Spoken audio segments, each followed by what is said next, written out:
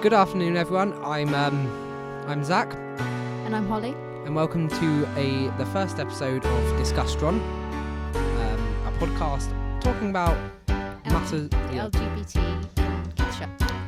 Of course, today, as said by Holly, we will be doing LGBTQ inside kids shows, and whether it's a good or bad thing to be showing it. So, let's get right into the podcast. Right, how are you finding the expression of LGBTQ plus inside/shown in kids programs?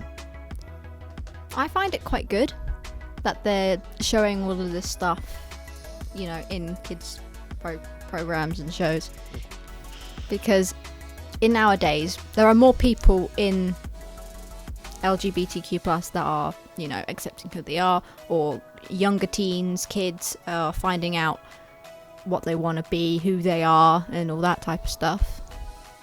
And so you're basically saying that the age where people are finding themselves out is getting younger. Yeah, typically.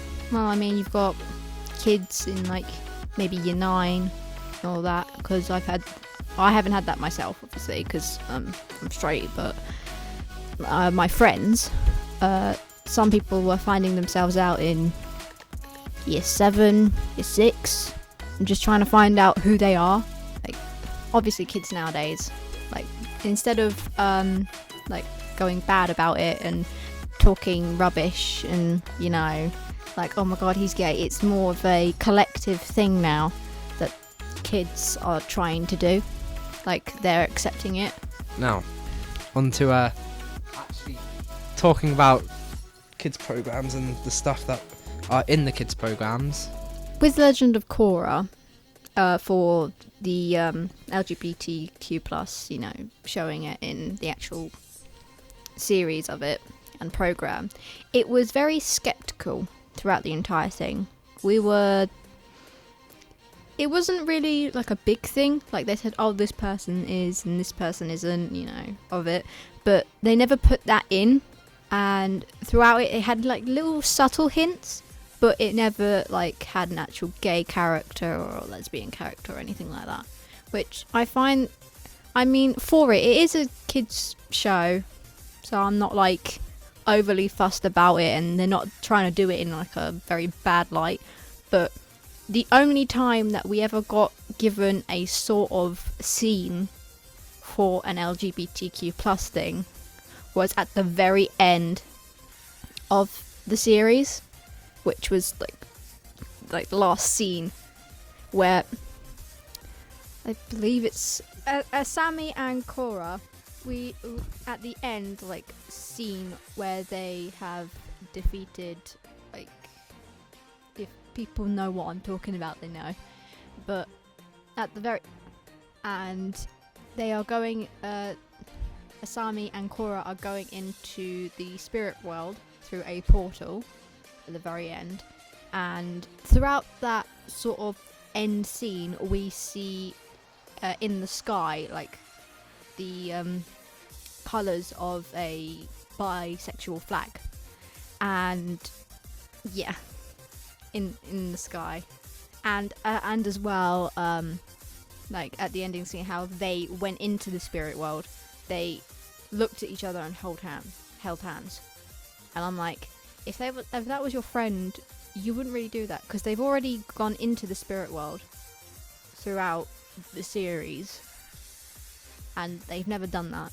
But now they do it at the very end, and that's the last scene we see of the entire series. They stopped it, and we're like, what?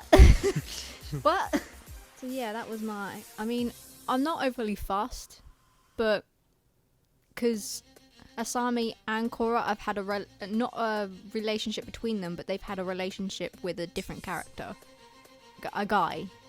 But then they implement this at the very end of the series and just don't go on about it. I'm fine with it. I'm not saying I'm against it, but I'm like, why did you put that in when there's no point in doing it? In this segment, I will be going on about Adventure Time.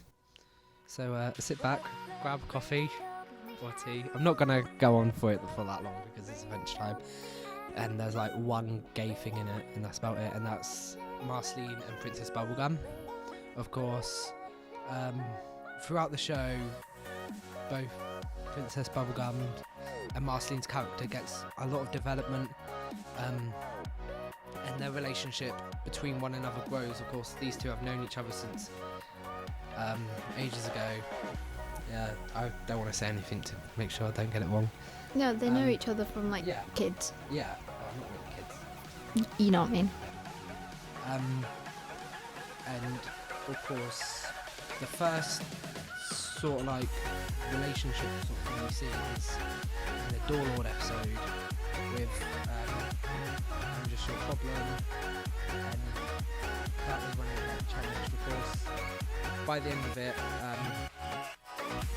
they get their stuff back, and Finn or Jake, I forget which one it is because I haven't watched the challenge, gives back Marceline her shirt and Princess Bubblegum, and Marceline goes, "Oh, that's not my shirt," and then, well, it is my shirt, but it isn't hers, and then Bubblegum goes, "Oh, it's my shirt," and then they have this moment where it's just like, "Oh, you kept my shirt, blah blah blah," and all this, and then skipping forward a bit, of course, their relationship continues.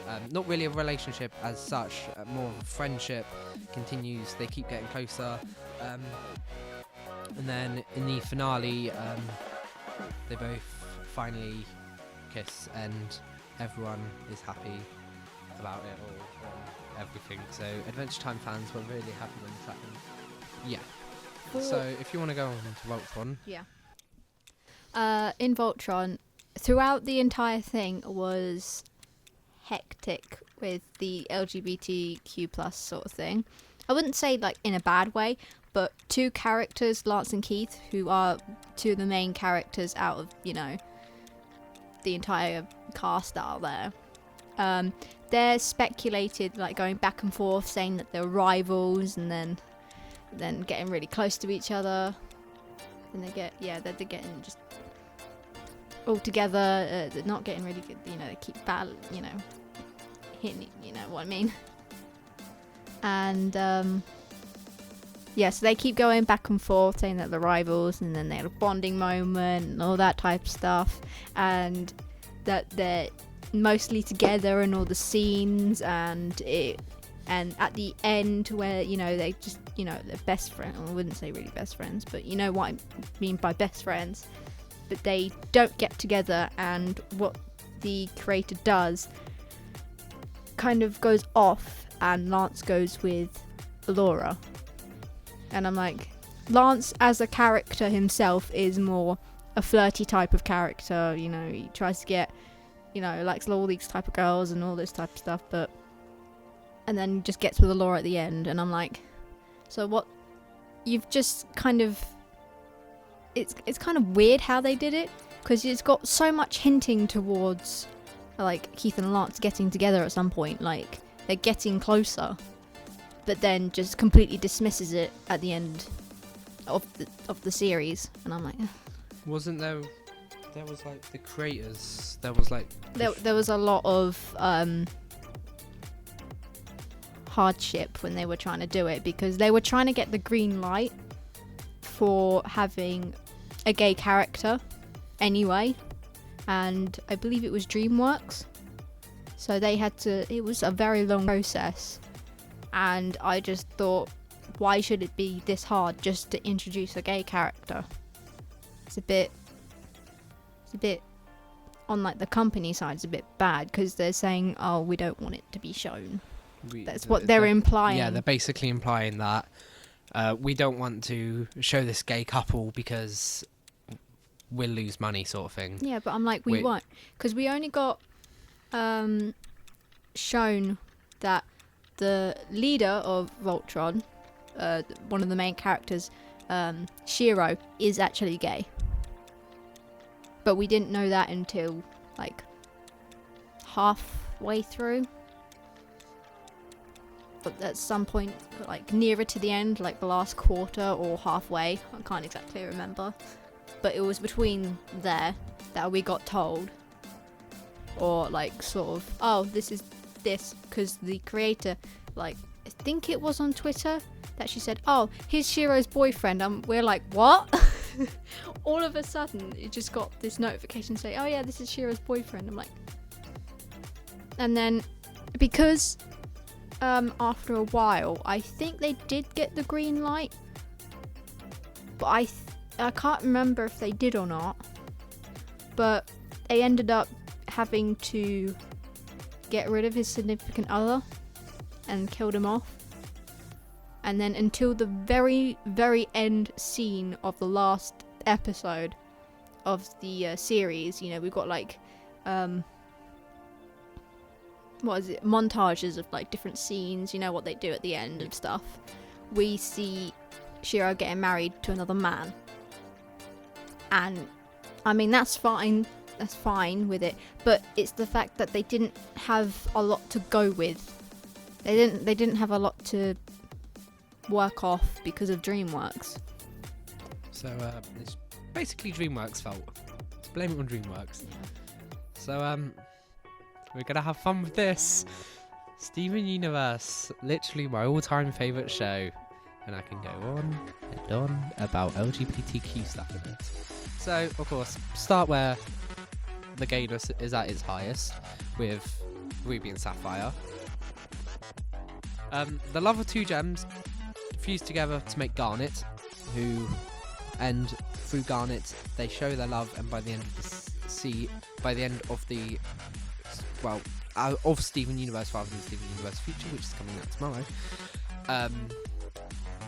they have a massive wedding, gem wedding sort of thing with Ruby and Sapphire.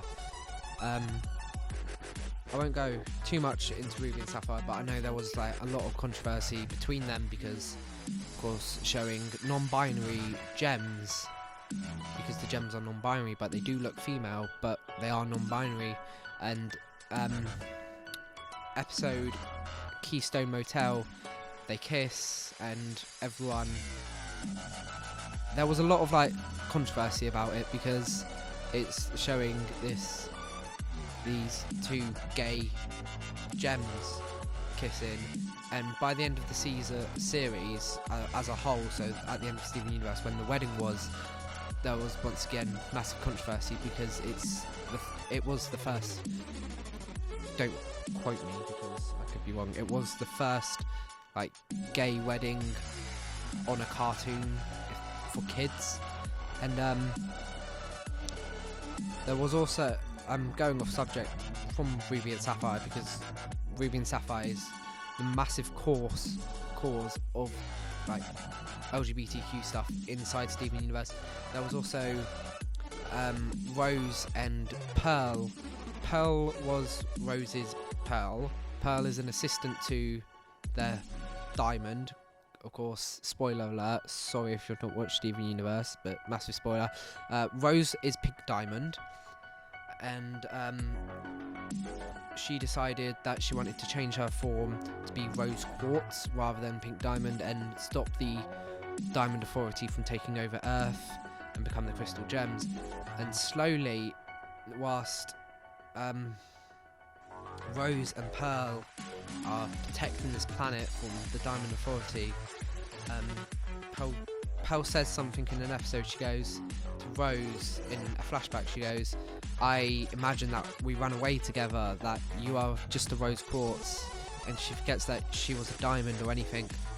And again, another quote, "It's over, isn't it?" from Mr. Greg, I think the episode name is. Pearl goes during the song, "It's over, isn't it? And you won, and you loved her."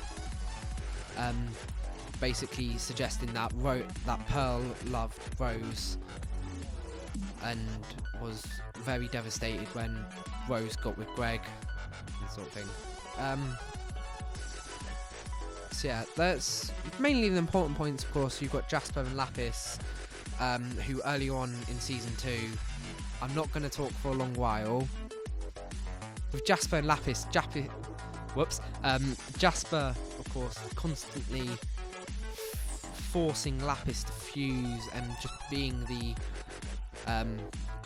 ex who doesn't want to leave you, sort of thing. Which But also brings in a different point of view, Yeah. like to controlling people and with that it doesn't Yeah. just happen in straight relationships, it Yeah. can happen in others. And then my last point, right, I promise you this is the last point, and that is Stevoni, which is the fusion between Stephen and Connie, who at the moment, at the time, were best friends. Everyone wants them to get together, but they're not together yet.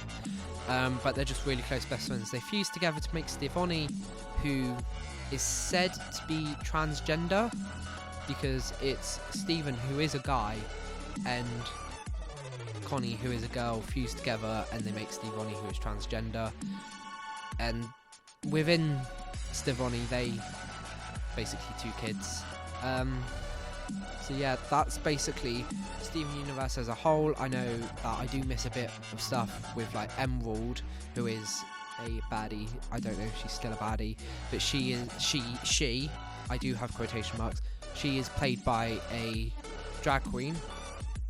Rainbow Quartz 2.0 is played by a guy over a girl, suggesting that Rainbow Quartz is a guy, but we don't know whether he is gay or straight. I'm going to stop talking about Steven Universe because I could go on forever. Should we just wrap it up, or shall we personal views on LGBTQ? We keep forgetting that we do have interviews. So, there you go. right, so this is interview number 1. We're here with Rhiannon, who is one of our course teachers. So we're going to ask you a couple of questions and your views on LGBTQ, of course. So our first question is, how are you finding the expression of LGBTQ plus inside / shown in kids programs? Severely lacking, to be honest. I don't see any, personally, from what my kids watch. I know of Steven Universe, and I know of the stuff in Adventure Time, so I imagine there must be something else. I have always thought that SpongeBob is gay, though. Yeah, it does seem like it. And when we were doing the questionnaire, someone did put SpongeBob down. Ah. And we don't know who it is, but they put SpongeBob. Yeah, I mean, I don't know what it is, but he Yeah, he seems quite queer, yeah. if that's the right Well, word he to lives in a use. pineapple under the sea. Next question. Do you know / have you watched any of the LGBTQ plus cartoons that we suggested or have ideas of? I haven't watched any, I'm not gonna lie. I keep meaning to, but, you know, unless one of my kids wants to watch them, then I don't really get a chance to. Get to watch Steven Universe. Yeah. They learn a lot. What are your views, your personal views, on the LGBTQ plus community as a whole and the people within inside it, and what you think of it? So part of me doesn't feel like I have a right to have a view, because I'm not a judgmental person. I'm very much, people can do or be what they want as long as they're not hurting anybody, and I mean physically. I do consider myself an advocate. Oh, not an advocate, an ally. That's it, an ally. But a lot of that was helped by the fact that my mum was very open with me growing up.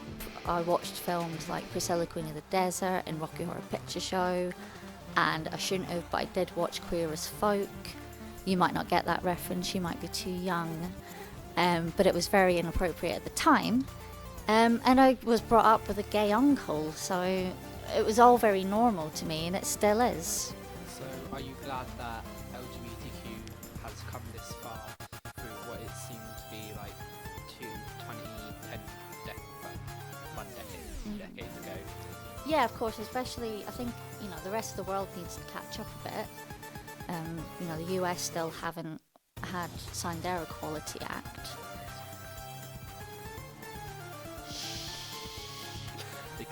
But I mean, certainly in this country, we've come a very long way to same-sex couples or transgender people having the same rights as any other human being. That's essentially what we all are. Right, so yeah, that's all our questions for now. We won't bombard you with questions again, don't worry. But yeah, that's the interview over. Yeah. But ask me if you think there should be more LGBT in cartoons. Go on then. Well, Because I had a good... I Right, thought that's what right, you were going to ask me. right. We cut all this out. Yeah, we cut all it out. It's reminded to us both because we probably would have slept by the time we've done this. Do you think there should be more LGBTQ plus stuff in kids programs as a whole? Yes, 100%. Your reason? I think that children... What children grow up on become what is natural to them.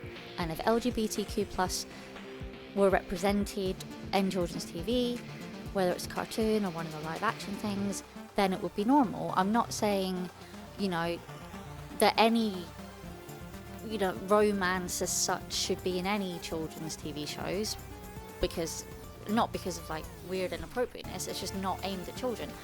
So I wouldn't expect, like... I can't think now.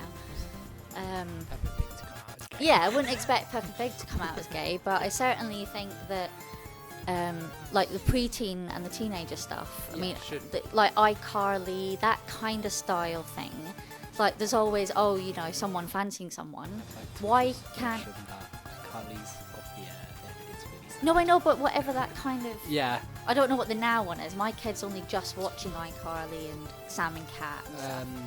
I think, because there's always someone fancying someone. Yeah. Why can't there be a boy fancying a boy or a girl fancying a girl? Or, why can't that just be a normal thing? So do you reckon they could introduce kids on, like, I know it's quite young, but of course CBBS, or like maybe have like... I think the perfect thing for a CBBS program would have a show that has a same-sex couple as the parents of the children, and that kind of being the way they introduce it at a young age. Because I do have friends who are same-sex couples who have children that are really still disappointed at the lack of representation that they have. They have every reason to be. Yeah, and it makes the kid feel like they're not normal. Yeah. If they see it on TV, it's suddenly normal. Because, of course, with Rebecca Sugar, who is the creator of Steven Universe, she has made Steven Universe to break away from the heteronormativity. Heteronormativity. Yeah, I said it right. First time, definitely.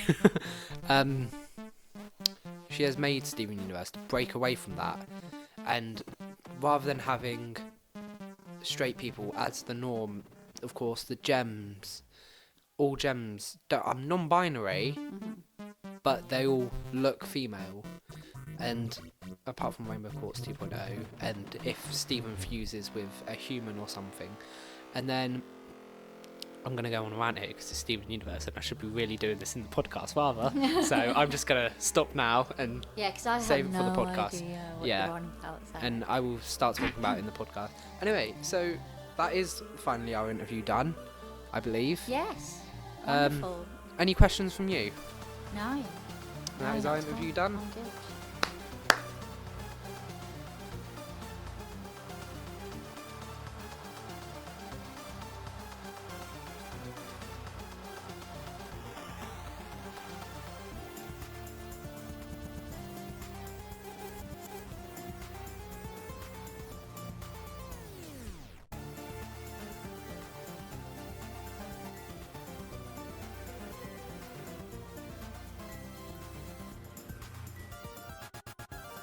We're going to be talking about LGBTQ stuff here. Yes.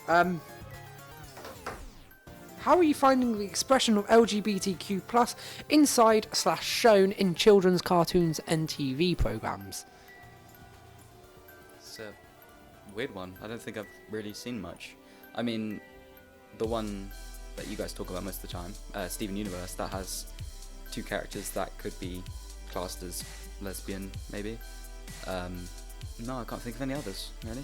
So, I'm guessing you haven't really watched any shows, especially kids' cartoons, that are shown with the LGBTQ community. If there was one that I would know, I probably would watch it. Have you watched SpongeBob? Yes. Do you think SpongeBob's gay? Squidward might be. Do explain. In one of the episodes, he said picture him naked, and yeah, there was a lot of thing around that on Reddit and stuff. So Here's where you get to rant to us. ooh. And just literally express what your mind is saying. None of us will judge you or anything. What are your personal views on LGBTQ+? This is where you're gonna not know me that well. I'm actually pansexual, and I don't label myself. You like pans? Ha ha ha! Every joke ever.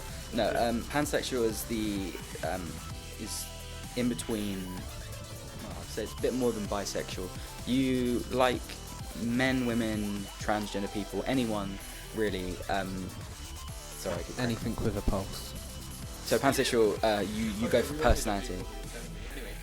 You go for personality mostly over anything else. And recently, I've also I've been struggling with like wanting to be in a category because I hate labels and I'm very against labeling. So at this point, I'm kind of considering, or maybe even because I have been it before, but I just don't open up about stuff like this because I just find it tiring and it's just like, oh, I would have to start doing this, that. I mean, I'm not much of a person to do that. But non-binary is something that I've really looked into quite a bit over the last 3 years of my life. So I was actually at one point publicly non-binary, but yeah. So I'm ranting, but anything else? No, that's about it. Thank you. That was actually quite a quick interview. We didn't really expect it. How long was that? I can carry on if you want. I can No. talk about more stuff. Well, if you've got views to express your views. Oh, okay. So views wise on genders in general. I've always considered, even though I feel myself one of, LGBT, that sometimes gender can be mixed with personality, and it's very, very common. Like if you're just a feminine guy, like what's wrong with just saying you're a feminine guy? If you don't want to be a gender and you say you're a toaster or something, okay, that's just too far. I mean, I don't understand that logic. Some people call themselves Apache helicopters or microwaves or a dish soap or something, I don't know. But yeah, it just, yeah. So stuff like that, it kind of winds me up a little. But if you want to express yourself in a way where it doesn't affect others and you want to call yourself a toaster, be more than happy to do it. Just do it. I mean, I'm not gonna say you toaster or something because that's just strange. But if you want to be called they, them, him, her, she, whatever, then I'm more than happy to do it. Thank you for your time. Welcome. We'll be seeing you. Yep. Cheerio.